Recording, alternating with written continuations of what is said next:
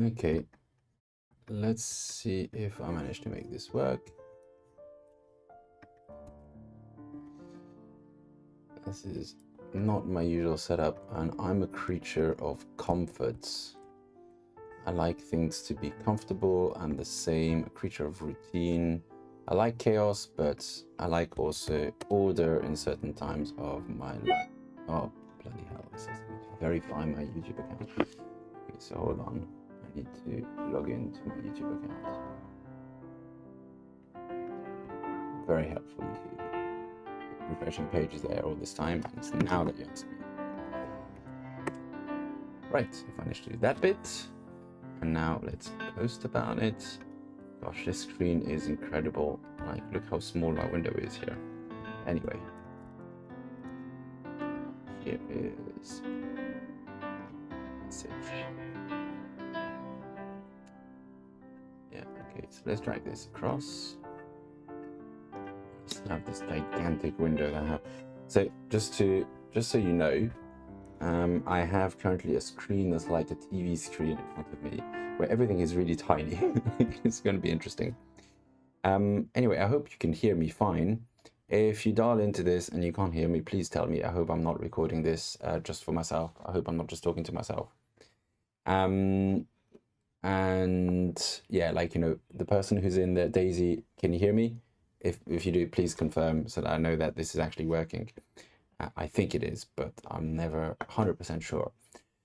So, welcome to this daily NFT market health analysis with me, Daniel Tenner, aka Swombat, streaming from Geneva at this point, hopefully streaming successfully and not just screaming into my computer.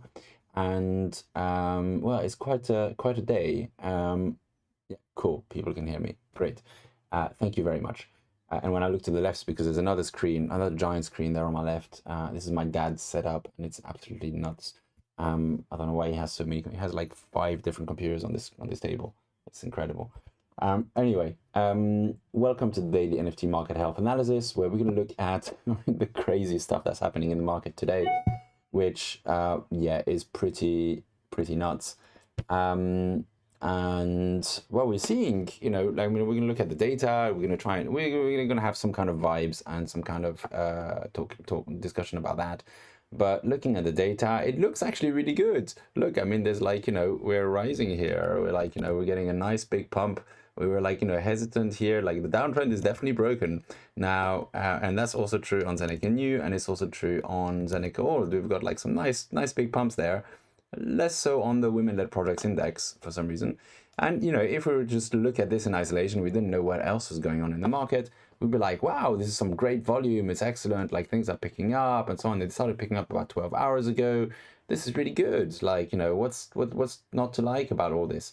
Well, what's not to like is that you might have heard of this little thing called the rest of the market. And the rest of the market, I mean, we might as well jump into this. Let's see if I can make this window actually usable in some sort of way. It's just so massive. Like, basically, everything is going to shit at the moment. So Bitcoin, like yesterday, we were looking at this line here, this support line. Let me zoom in a bit more because it's a bit too big right now. We were looking at this support line, and I said if this one breaks, it was just kind of holding up above this support line. I said if this one breaks, it's going to be messy. Well, it broke, and it's gotten $4,000 messy here. It's dropped from $27,000 to $23,000. Yes, about $4,000. And yeah, I mean, and it's not just Bitcoin. Obviously, everything else is just red. Like, ETH is down to like, oops, what's that? Why are you giving me this? Anyway, ETH is down to, if it allows me to look at ETH, is down to like, you know, 1.2K, like, and there's lots of volume going on. This is a proper capitulation here. We're seeing similar volumes as we did when the Terra thing happened. If this continues for a few days, we're going to have another one of those weekly capitulation candles. We're not there yet because it's just the beginning of the week, of course. Right now, it doesn't look like much because it's just Monday. But if it continues, we might get, like, if there continues to be so much volume going through, we might get another one of those weekly capitulation candles, which I continue to consider that's actually good news in the long term of the market. And I'm here for the long term, not for the short term trading. I'm not very good as a short term trader. That's not really how I'm going to make my bread. So the long term is what I look at, and the market capitalizations are good for the long term. In case you thought that we were alone in this and it's just crypto that's collapsing and so on, if we look at the FTSE at the moment, the FTSE is like, you know, this is what's happened today on the FTSE, that last red collapse thing here. It's not looking great either. It was already like, you know, 3 days of collapsing last week, and then the CPI stuff happened, it got digested over the weekend, and this is what the digestion has produced after that. The Nasdaq and the Dow Jones haven't opened yet for the day, but this was how they closed on Friday, like big red fall off candle. And given how the FTSE is behaving today, I'm not exactly expecting much better from the Dow or the Nasdaq. In fact, I would be surprised if they don't break below their recent low here. So this ended up being a dead cat bounce in the, like, they will have ended up being a dead cat bounce in the greater scheme of things. I think they're all going to break lower. So everything is going to shit. The only thing that's not going to shit at the moment is the Dixie, the US dollar index, which will probably soon like make a new high here, which is never good news for anybody except for USD. So, you know, that's the situation that we're in here. So yeah, everything is going to shit. It happens from time to time. If we look at, I mean, you know, these charts right now are a little bit less than helpful because, you know, we know that this is a capitulation volume. And when it happened last time, which was, I think, it would have been this one here, that was the Ukraine war. Like when the Ukraine war started, it immediately, like, there was a spike in volume as a sell-off happened, but it immediately dropped right afterwards. And there was also this, which was the Terra sell-off. And then there was a second spike afterwards, but it definitely didn't change the downtrend. So I don't think this is going to help particularly in terms of changing the overall long-term trend. But then maybe it was already shifting here. I don't know. Like, you know, it's a bit of a crapshoot right now trying to predict what's going to happen in the market. Prices are dipping. I mean, or like, let's look at prices. Actually, that's a good one to look at as well. Nifty price is always a good place to sort of see just how bad things are getting. And oh my god, look at this sea of red. Like, I don't normally look at daily floor price shifts, but you know, this is just fucking awful. Like 20% down on Bored Ape. They're down to 70 ETH floor price. 70 ETH. 70. CryptoPunks holding up remarkably well given the shitstorm that's happening everywhere else. Mutant Apes down to 13 ETH, down 20% as well. Other D down to 1.75, down 20, like 18%. CloneX down to 7.5, down 12%. Another CloneX here also down. Autoglyph, for some reason, up by 20%. Don't know why. I mean, there's been only one sale, so it doesn't really, like, I guess it's not really truly relevant. Cyberkongs, which they used to trade at 200 ETH. They're at 19 ETH right now. Doodles at 7. Azuki somehow still above 0 for some strange reason. I don't know why.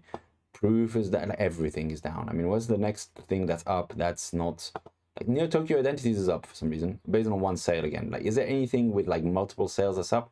The Currency, 15 sales. Okay, there's The Currency, which I think is a Damien Hirst project or something. So that seems to be up for some reason. That's a kind of art project. Is there any PFP project that's like, you know, basically sort of like maybe Full Send Metacard? That seems to be up a little bit. Tom Sachs Rocket Factory, Lazy Lines is up at 0.6. It's round about the place it was when I first bought in actually now. So I can go full circle and buy back in at the same price, except that ETH was about 4 or 5 grand at the time when I bought in at the time. So it's actually dropped by half since back when I entered this project. So yeah, anyway, like this is like, you know, red everywhere. And like, there's one thing that's really worth pointing out when looking at all this red is, like, when there's one of those market panic events, and there is good reason for the market panic events, we're being beaten up from every side. You know, there's the war in Ukraine, there's the consumer price index, there's rumors that the Fed will continue. I mean, not just rumors, there's like predictions. The market is predicting that the Fed will continue raising hiking rates until the end of the year. Like another like 0.75% is already priced in by traders, but it's probably going to go higher than that. And in this kind of market, it's easy to panic and be like, well, you know, just need to get out. Everything's going to go like, you know, to zero and stuff like that. And the thing is, I mean, you know, maybe it will. And I can't predict the future. And maybe this is the end of the world and the end of capitalism as we know it. And also, like, more credibly, like, you know, slightly less extreme, maybe, as Ray Dalio predicts, is the kind of the end of the American empire, and there's like a massive 150-year debt cycle that's coming to an end, where there's going to be massive deleveraging and years of pain. And, you know, maybe not. Chances are, if there is this kind of end of capitalism, or even the kind of massive deleveraging, like, I'm not sure that any kind of micro trades at this point is going to be what saves you from that, or saves me from that anyway. But assuming that's not what happens, and, you know, I would say there's an uncomfortable 5 to 10% probability that we are seeing a really, really big disaster catastrophe scenario that's going to play out for the next X number of months or years. Like, you know, the end of an empire type of scenario. Let's say it's a 5 to 10%. That's still very high, but that's like, that to me feels like on the upper end of the estimate of that probability. That still is a 90% probability that we're not seeing the end of capitalism here. And so what are we seeing? Well, we're seeing a market capitulation, which is very different from the end of capitalism. And what usually happens after market capitulation is things bounce back. It might take, sometimes they take a week, sometimes they take a month, sometimes they take 6 months, sometimes they take a year or two, but they bounce back and life goes on. And, you know, people continue, like, you know, even if some people get wiped out and stuff, they pick themselves up, they start again, they rebuild. And that's what humans do. You know, we adapt to things going badly. As long as you're alive, as long as you are able to function in this world and able to enjoy life, it's okay. Let me look, somebody posted a question. Is this the day when finally peeps looking at only short-term trading start leaving? I hope so. I hope so. I don't know. And I don't think one day is going to be enough. But, like, the way I look at it, you know, we've had a market capitulation here with Terra. We've had generally a shitty time with, like, for flippers, like short-term traders and stuff, for a good few months. I think the last proper bull run we had was back in January around here. And the stuff that we had around the time when ApeCoin came out, which was here, and around the time when the other one, the other side came out, that was around here. Those didn't really lead to pumps in other things. Obviously, we had Goblin somewhere around here that sort of, like, you know, gave traders one last hurrah to, like, you know, trade some absolute garbage that was literally called shit and piss and shit burgers and God knows what else. But maybe this is the end of this meta. I've been kind of calling for this for some time now. And I don't think this day today is going to be enough to get all those people out. But all in combination, all this stuff, and especially if we follow this by another, like, you know, a couple of months, 2-3 months of relatively low volumes, things not really picking up, not really that many opportunities, especially if the kind of Ponzi style projects start drying up because the scammers move on to something else because there's not enough people willing to buy into those because everybody's scared and all that kind of stuff. Well, yeah, maybe it might change. And, like, from the ashes of that might emerge an actually healthy investment market for startups to raise money via NFT funding. Of course, if the SEC doesn't shut everything down in the meantime. But, you know, it could be that by the time they get around to it, they'll look at the market as it is now and they'll be like, well, there's nothing left to shut down, so it's not really worth doing all this. But yeah, so I mean, the way I look at it is this could be the beginning of a period where all the people who are here with what, you know, like, I'm not wanting to, like, you know, put blame on those people and say that they're, like, you know, bad people or something. Everybody wants to get rich, you know, like, everybody, I mean, not everybody wants to get rich, but everybody wants to have some kind of success. Like, it's human to want more material goods in your life. There's nothing shameful about that. I think we should embrace the fact that we do want more things, more comforts. Like, you know, there's unhealthy ways to express that and to have that apply in your life, like, you know, to always need more and more and more. But as long as it's not from a place of need, if it's from a place of wanting, you know, wanting things is very human. And so those people are here for very human reasons. But the problem is this market has trained them to, or has trained everybody to want ridiculously fast returns overnight. and that's just not realistic. And I need to write a thread about this, and I hopefully will soon. But basically, and I actually kind of started writing about it, but basically, like, if your expectations are that you are like success means you invest something and like in a couple of weeks it grows by 50x, your expectations are unrealistic. Yes, it does happen in this market because there's random crap being pumped, like probably manipulated or just based on complete luck.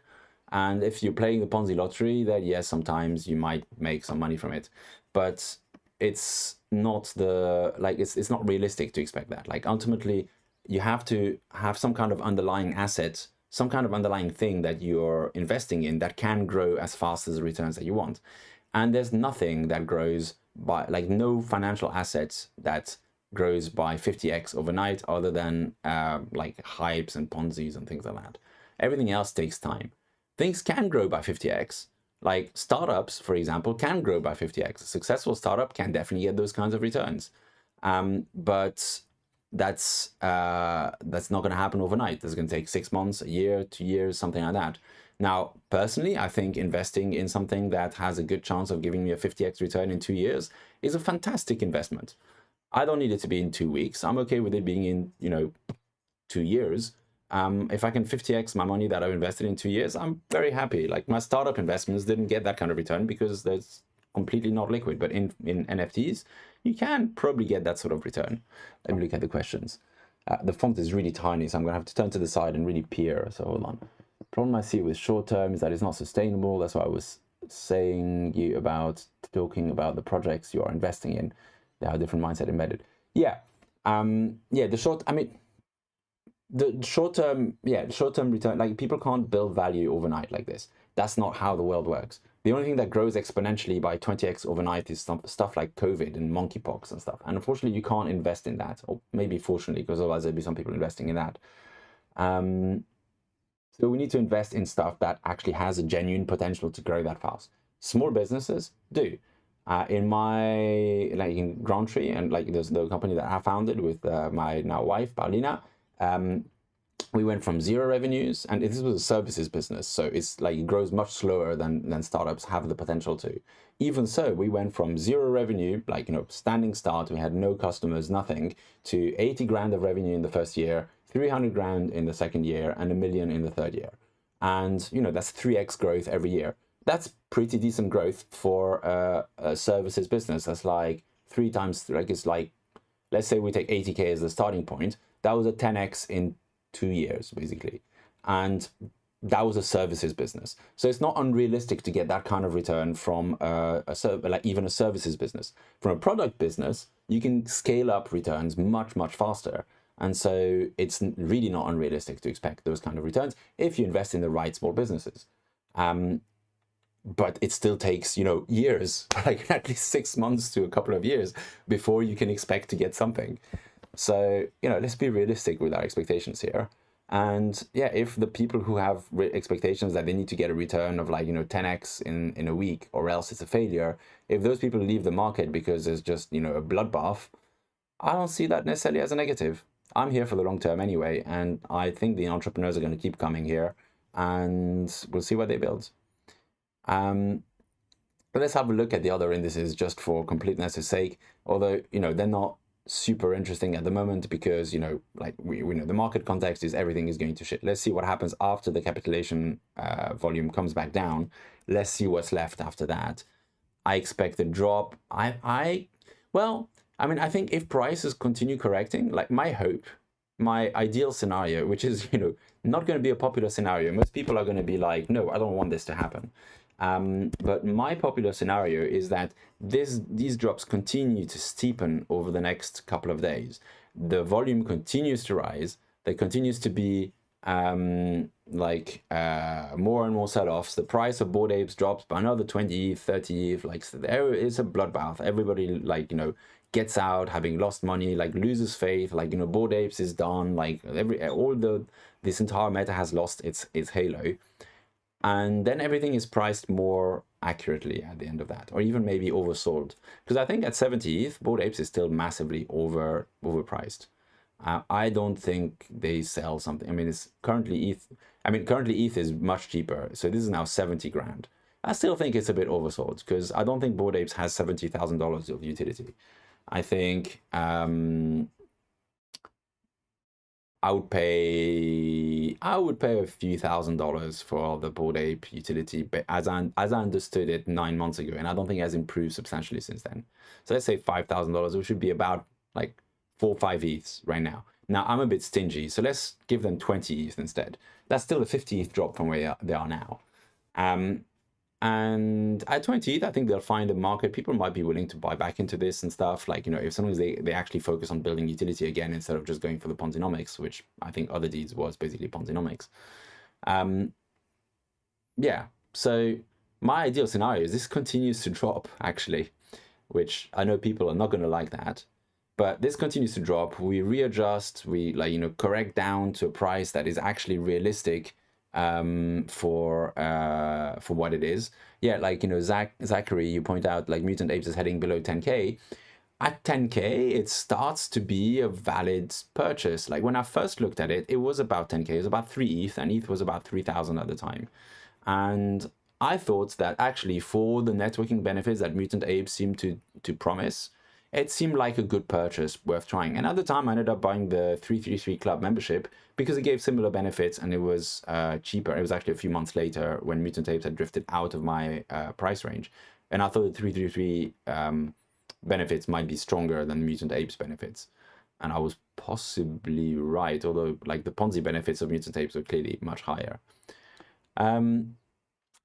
So yeah, I hope that things continue to drop and adjust to a price where they're actually underpriced, and then the market comes back in and there's healthy volume and activity and we can start going up from there again. Let me read the questions some more, the statements. Wait, there's not, yeah, the Kansas, the lines are going up. Like nothing to complain about. Everything's peachy. Look, prices are like, the volumes are going up. Prices are collapsing, but volumes are going up. You should be happy now. Better to put your efforts into exponential business with linear. I mean, Zachary, yes, like technically, yes, but a services business is much easier to start than a product business. Product businesses, typically, you need to have capital to begin with to be able to build something that people will be willing to pay for.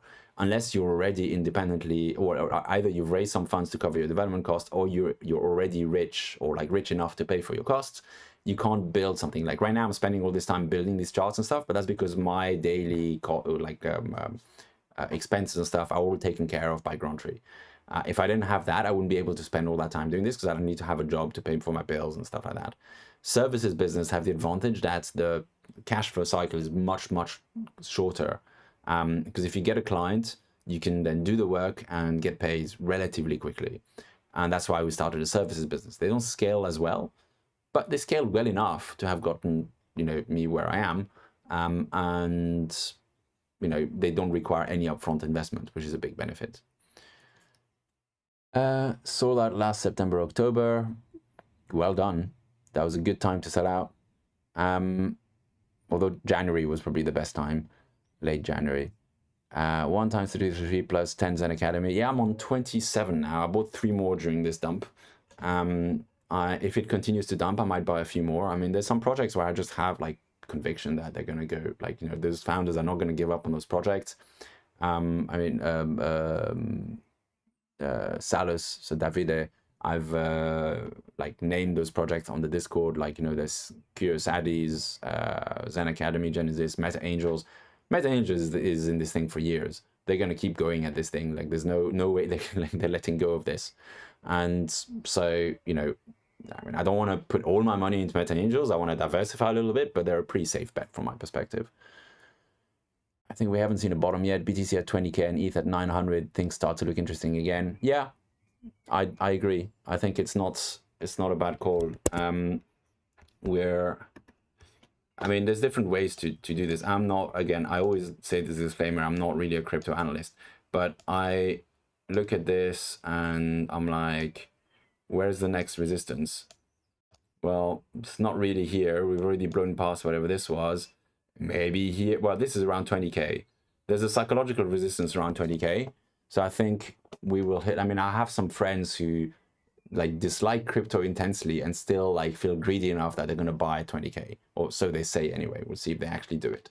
But I think psychologically 20k is such a milestone there that people, and I think it's also the previous cycle high around 20k there. So there's going to be a lot of buy orders at 20k. If I was wanting to short-term trade, I would buy at 20k. But then again, I also think that the other factor that's at play there is the rate hikes from the Fed.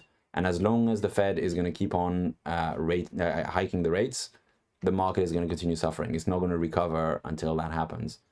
And I mean, you know, I don't know when that will change, but I don't think it's unrealistic to expect that to keep going until the end of the year, which is all the way here on this chart.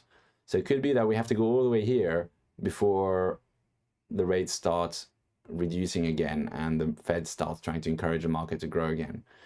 That could be quite brutal. It could go below 20k. I don't know. I can't tell the future. Thanks for the comments, everybody, by the way. I appreciate the interaction. It's good. I'm glad to see that the setup seems to be working here. It's a little bit messy for my liking, but I'll survive.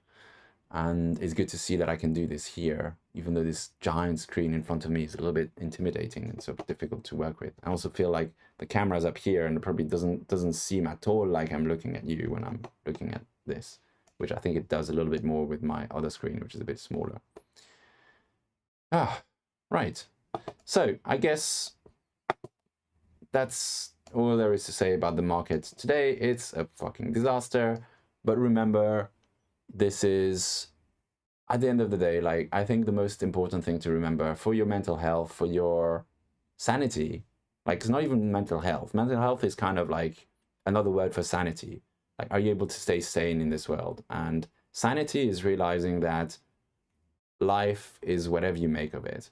And you can make it a really serious thing and, like, you know, get really stressed about it, or you can make it a fun ride and enjoy it while you can. And this is part of the game. It's a fun game to play as long as it stays fun for you. I'm in Geneva right now, the Kansas. It's a fun game to play as long as it stays fun for you. And if it becomes not fun, then you have the power to change how you perceive the game and to choose what game you play. And if this game is not fun for you, step away, play a different game. You can play the game of going and spending some time with friends. They're still around, they still exist.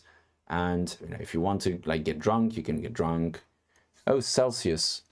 I'll address those two questions. Let me just finish talking about the game thing. There's a beautiful video which I recommend watching. I'll load up the YouTube here and I'll post it in the comments. It's by Bill Hicks. If you haven't seen this, Bill Hicks is just a ride. He's got a beautiful, beautiful message here, which I recommend everybody to take in. And it is the way I see the world at this point, and I encourage you to see the world in this way as well. It will make your life better and more enjoyable. So addressing the questions, do you talk Celsius? I didn't talk about Celsius. I mean, I mentioned it in the thread. Basically, it's just another gut punch that's come in. Whether it is actually rugging or collapsing like Mt. Gox or, like, you know, that kind of stuff, is, like, I can't tell from the outside. I didn't actually know about Celsius until today, but it seems like a fairly big deal. And in a market that's already doing badly, it's just more bad news. It's not as big as Terra, as far as I know, but it's another place where people have parked a bunch of savings and they might lose their savings, and that's just not cool. And I guess we'll see more of those kind of businesses where they've pretended to be a safe, like, you know, lending provider, facility, blah, blah, blah, and they're not actually that safe, and people lose their money.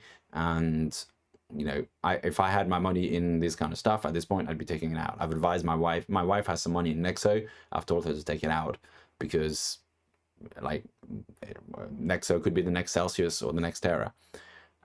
So that's where I'm at with Celsius. Just I expect more companies like this to start breaking here and there as the whole market is being strained by this market capitulation.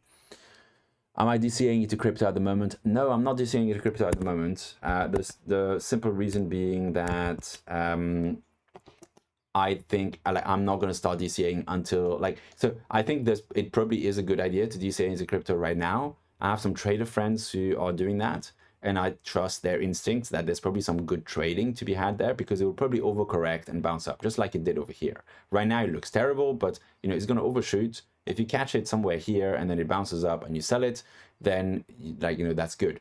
But that's a short-term trade, and I'm not good at this kind of stuff, and so I don't play that kind of game. As for the long-term DCAing, I'm already bought in sufficiently into Ethereum, and my returns, I'm looking to make my returns from investing in startups, basically via NFTs, not from trading crypto. So it's a poor use of, I've decided to focus on NFTs as a fundraising mechanism, and it's a poor use of my time and my skill set to try and sort of time the market, buy the bottoms, DCA, and all that sort of stuff. I have enough crypto to do my investments at this point. Let me use that crypto to actually make my returns from NFT investments. Days like this give me the giggles. Crank up the lavender diffuser. Therapist at 2:45 p.m. Yeah, good plan. DCA, you've been DCAing. Yeah, if you've been DCAing, don't stop now, definitely. Maybe don't wear the Celsius t-shirt from permissionless today. Let's talk NFTs. Well, I mean, okay, let me talk about NFTs a bit.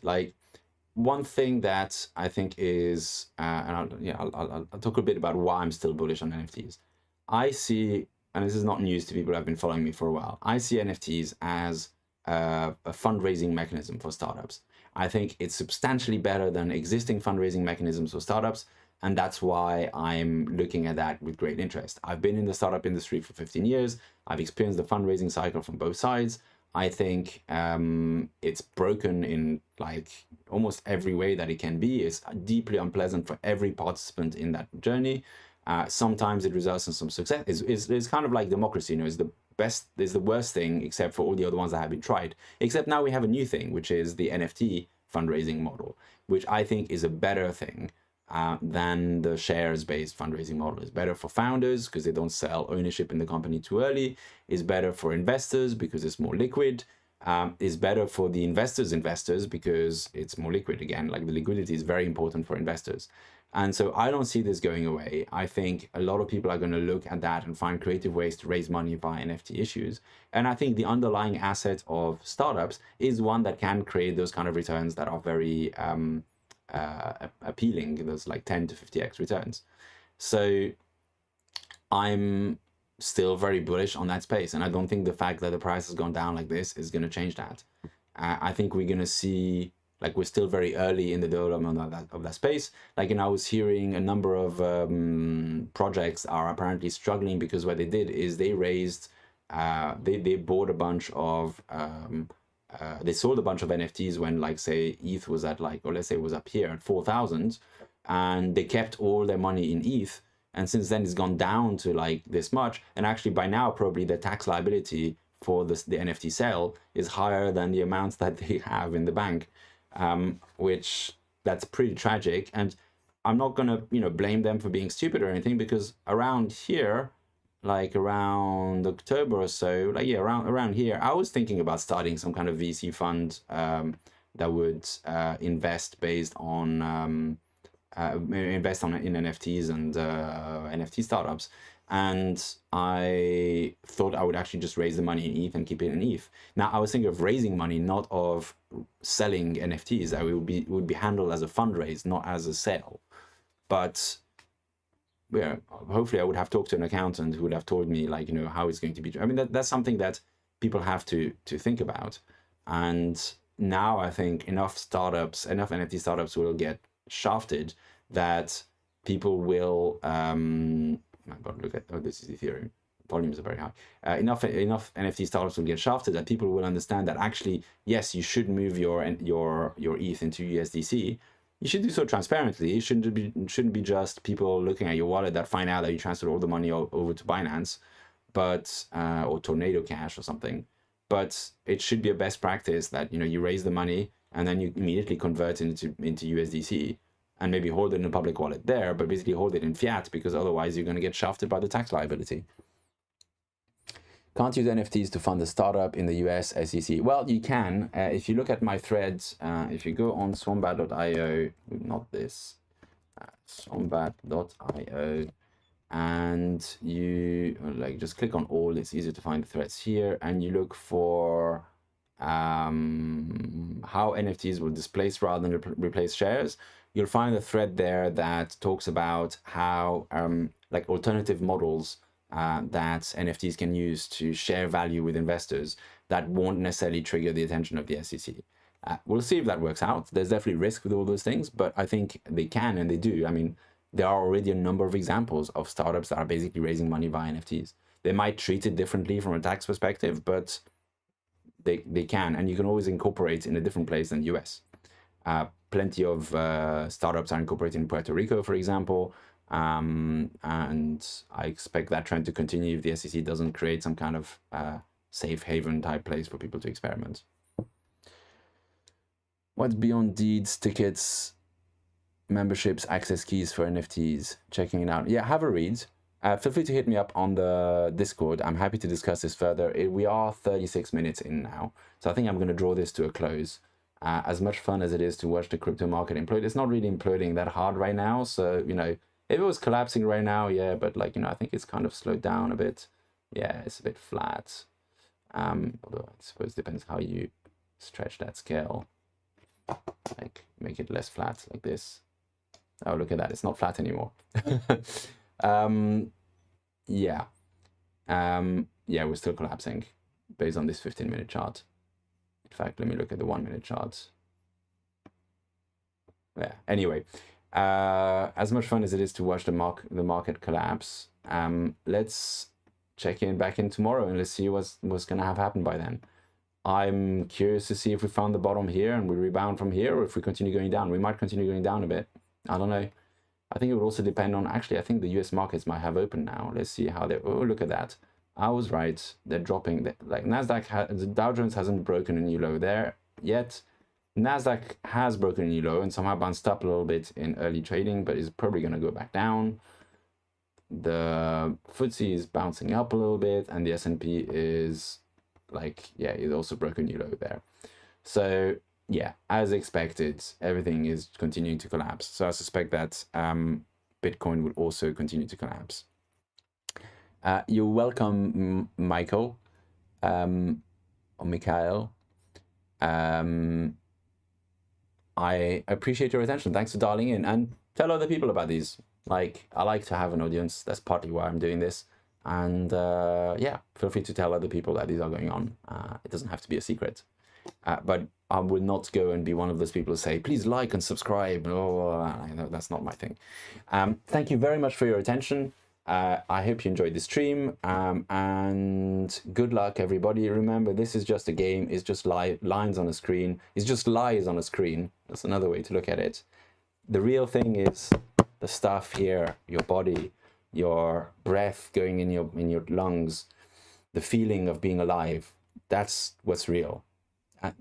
There's even questions about that, but that's a lot more real than those lines on the screen. So if the lines on the screen stress you out, if the lies on the screen stress you out, go and look at the truths around you. Sit on the grass, touch grass, as they say. Spend some time with friends, with family, with people that you care about, and just realize that actually most of this stuff doesn't really matter. It's just a game we play to redistribute resources around the world, and it's fun if you enjoy it. It's not fun if you don't enjoy it. So if you don't enjoy it, you always have the authority to change the game that you play. So please use that power. Thank you very much. Have a wonderful day. Yeah, the Discord invite is in the description of the video. If you just expand the description, you'll find the Discord invite there. Have a wonderful day, and I'll see you tomorrow, and good luck.